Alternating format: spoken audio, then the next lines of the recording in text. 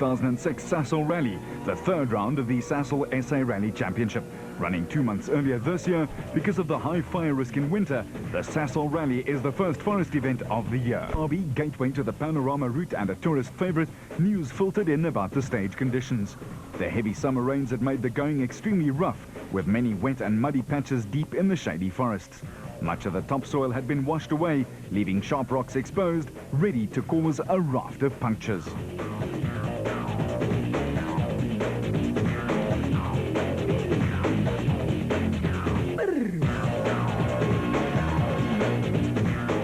But for some reason, surges form at the Sasol Rally has been Stage 1 outside Sabi. Just a short 13-kilometer stage on the road to Graskop, but set against a stunning mountain backdrop with lots of slippery grassy patches and plenty of rocks to keep the driver's attention focused on the road. Took a cautious approach to the event, dropping 7 seconds.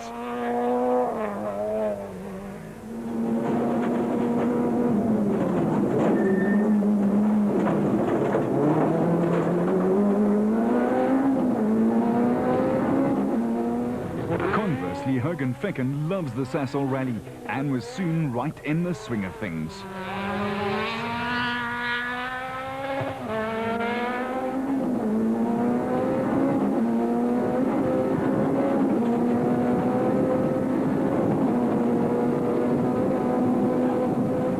Another driver hoping for a change in fortune was Etienne Lawrence and Andre Vermeulen in their S2000 Team Total Toyota Run X.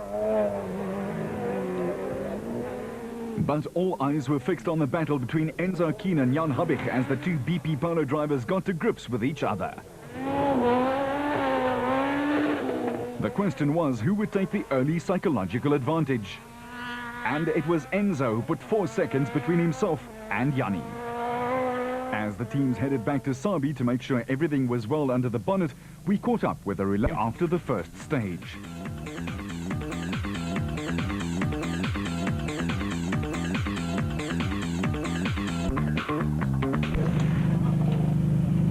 At the Global Forest Service Park, Fecken was comfortable with his start.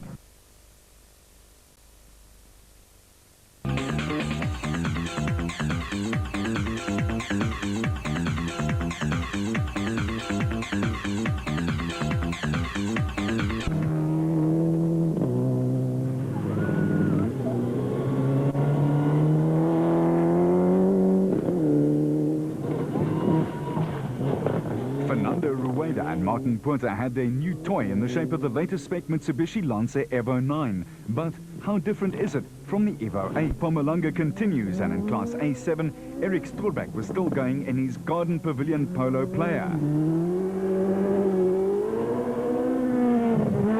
Barry Grobler was out of the running though after losing 20 minutes in the first stage with electrical trouble. Adrian Koth started his first rally this year in his Net Connect Golf, but this is as far as he got. He had to retire with a broken radiator. Tony Ball was bouncing along in his Bulwer Park Golf, having his best rally of the year. John and Douglas Williams had the Trident Press Polo in 4th place behind Ball.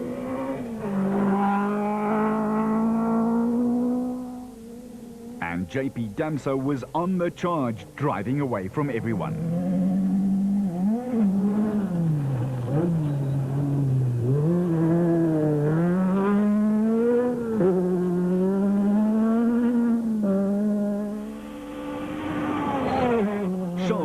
Greg Godridge were already half a minute behind in their Castrol Toyota.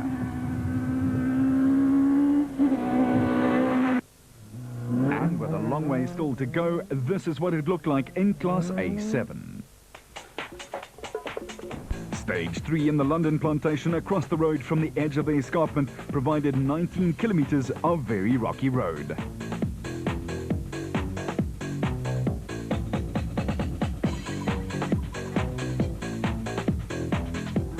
The experienced Smith and Brace were playing along in their React Toyota Corolla.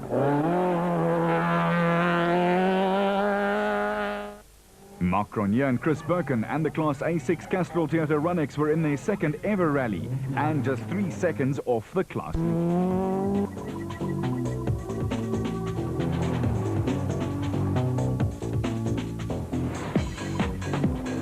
the longest stage of the rally at 25 k's.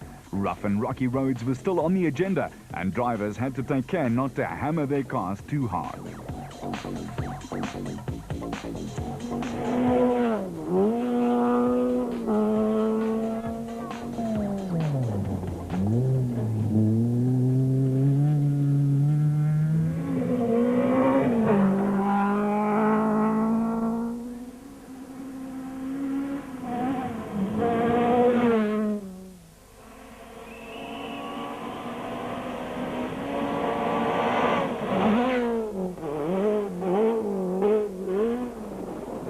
Visser du Plessis and Dave Lefkowitz were making up time after a puncture in stage 1 that cost them 40 seconds.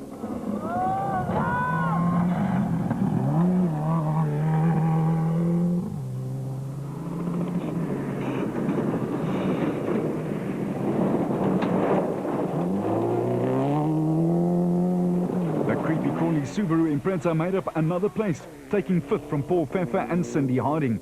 Cindy was back in car after a 3-year absence. Gemmell held sway from Rueda and Ryan with a relatively comfortable cushion.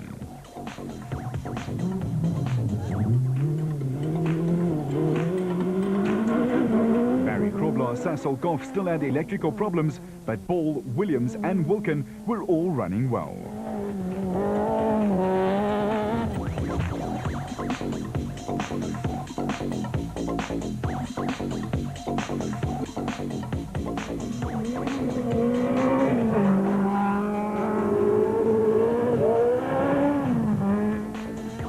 Although JP led on stage times, he incurred a 2-minute 40-second penalty for late servicing, and that dropped him behind Wilkin.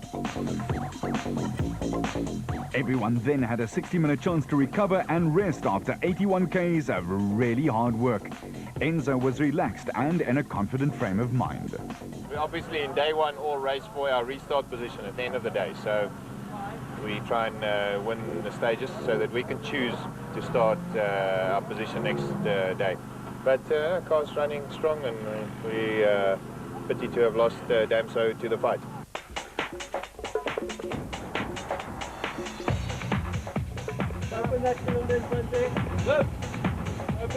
As darkness descended and with 2 short time stages to go before bedtime, teams installed their powerful spotlights.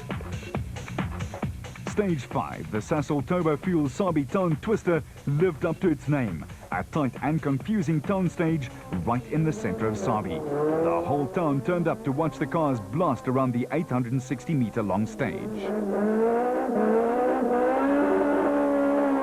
It's easy to lose the lead in these spectator stages, but not to win it. There's nothing in it, but Keen takes his 4th stage win of the day, just 2 seconds quicker than Habich. The White River Super Spa stage is much faster than and more dangerous than the low-speed Sabi stage. Again, thousands of spectators lined the 1.1-kilometer route to soak up the Sasol Rally's famed atmosphere and all its great driving action. The fans loved every minute of it, cheering wildly as the cars accelerated into the stage.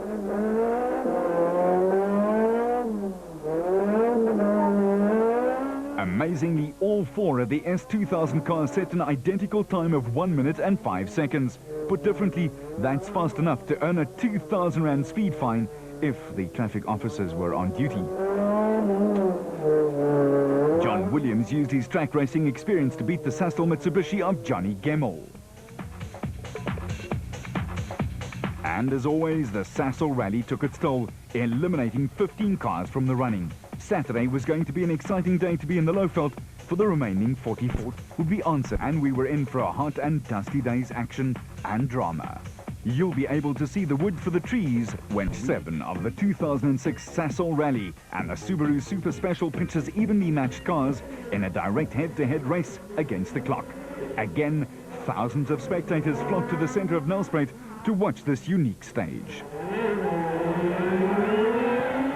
Hold on now as we go in car with former world karting champion Claudio Piazzamuso pitted against Chris de Wit and Patrick Yende. The 2 Toyota Runnexes are identical, and it's all down to driver skill and the finest judgment.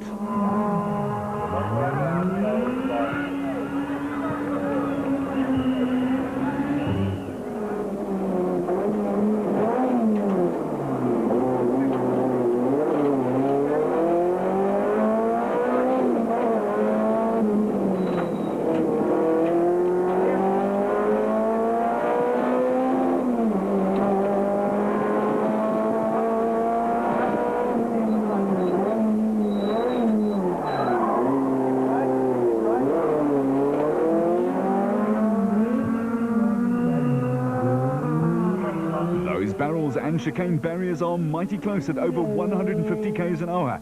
In the final dash to the line, though, Claudio just misses out.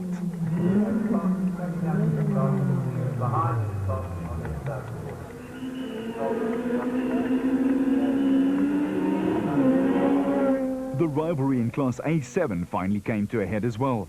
JP Damso goes really close to the pavement, which can break a wheel in an instant. Charles is less aggressive in the corners.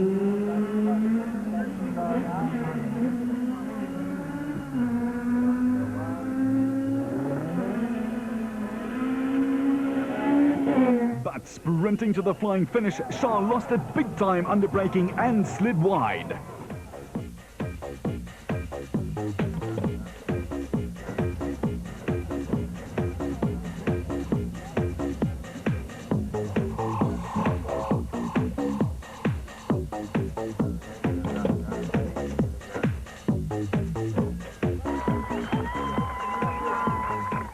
The fuel spewing from the tank was a dangerous moment as the doors were jammed shut.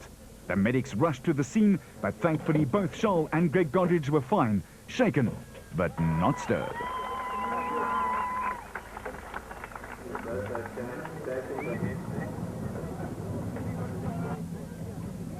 Mum, are you comfy? I'm having it on the lock.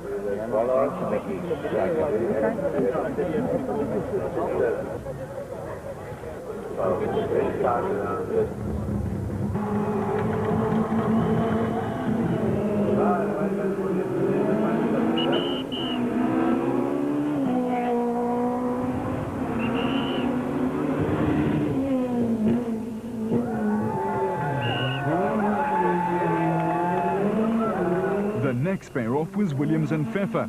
Williams, a former production car racer, used his track skills again, but spun and stalled. Pfeffer came through on his own, so where was Williams?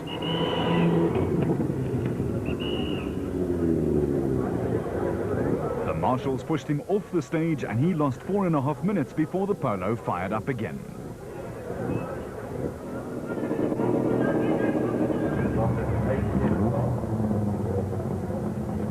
As the rally leader, Enzo could nominate his Day 2 starting position.